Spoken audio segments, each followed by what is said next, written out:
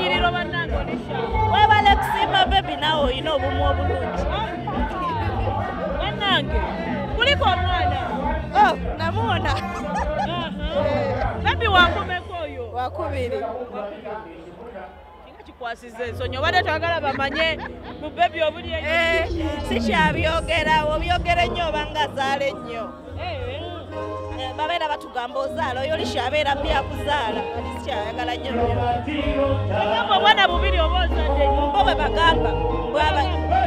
bw'abayimbi tebazaala bwe batyo kyova obeera on and off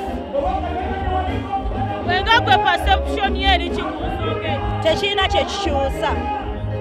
bw'oba wakabi oba wakabi bw'oba toliba omwana talina kyakyusa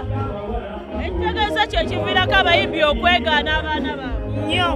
ababa batya abantu okumanya abamu ne bwawulira bulizi nti oyina kimuwulikikira bulala era abayimbi temubanenya nange ne bwe mbanze singa nazaala nga sinayimba sandiyogedde era nani bakwese paka abantu tebabyagala tebagala musaala tulina byogera nga waliwo ekibaddewo tata w'abaana ali ati mulungi akugumira n'oyambala bino n'ozina n'okola abimanyi Aisha waliwo ebitambuzibwa nti olina ssente ku mwembi gwe n'omwami alina sikiwulirangako bannange tewali ssente wadde mpozi nga bagamba mwami wange andabirira naye nze omwami alina akasente alina ezimala zitumala ewaka andabirira kakati bantu baali bakulikingako ku kama Ivan gwe naye muli biki nga bagamba batya abantu gwe ne kama Ivan waliwo sayansi ntuntu abamu ne bagamba nogamba oba taata wamu kirabika nali njagala nyambengako ku music wange yamanagingako nga tetwabimanya twatandika babiri endongo webak nga tukyasoma wetubiwumula bwetubiddamu era gwe natandika naye abantu balina enjogera mukama Ivan ayagala nnyo erinnya theni abayimbi be abalekerera ng'ate ataddeyo abayimbi bangi ffe tulina bizibu byaffe nti tetuli babiri nti siga anti bayinza okugamba nza yandekerera nno bw'abeera ku muntu amubeerako lwakuba nze tandiiko ffe tetweriiko nze nyina management bagiyita lead media lead boss wange ye Spencer yankolera buli kimu kati ye manager wange yandabine wano yandeeseewo mwaka guno gukutambuliddeko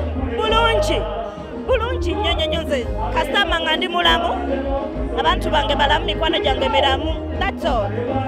bibi ki byofunye mwaka guno ebibi kyaka sibijjukiro oba gyebiri ngambe kisikiraba okifuula ddi official n'omwami simanyi nakumanya kyagala naye simanyi kikyagaana lwaki kigaana wanfunireko ebyo bituwulireko Katonda yali kireeta Aisha oludde okola collabos n'abayimbi esaawe n'abayimbi babekaminze bangi ani gwe weegomba okola ne collabo mu baana abaakatutumuka ennyo ensani webali obuyimba mbulaba ku TikTok naye amannya gaabwe naye nga webali abavubuka bangi abayimba obulungi ati waliwo oba yayimba kayimba ki buno buyimba mbulaba naye sayina oba yasala n'enviiri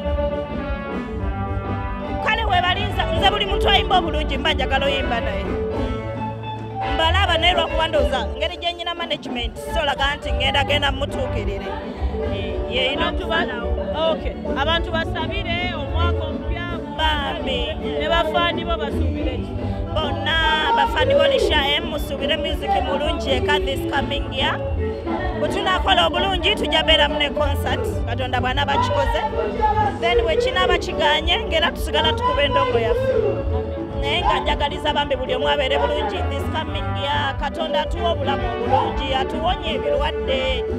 atuwe ssente tusobole okwerabirira okubawoze buli kimu ng'oggyeko obulamu yatubeera oke nze kyenzimusaba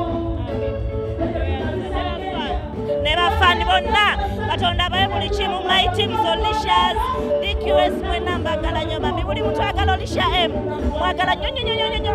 happy new year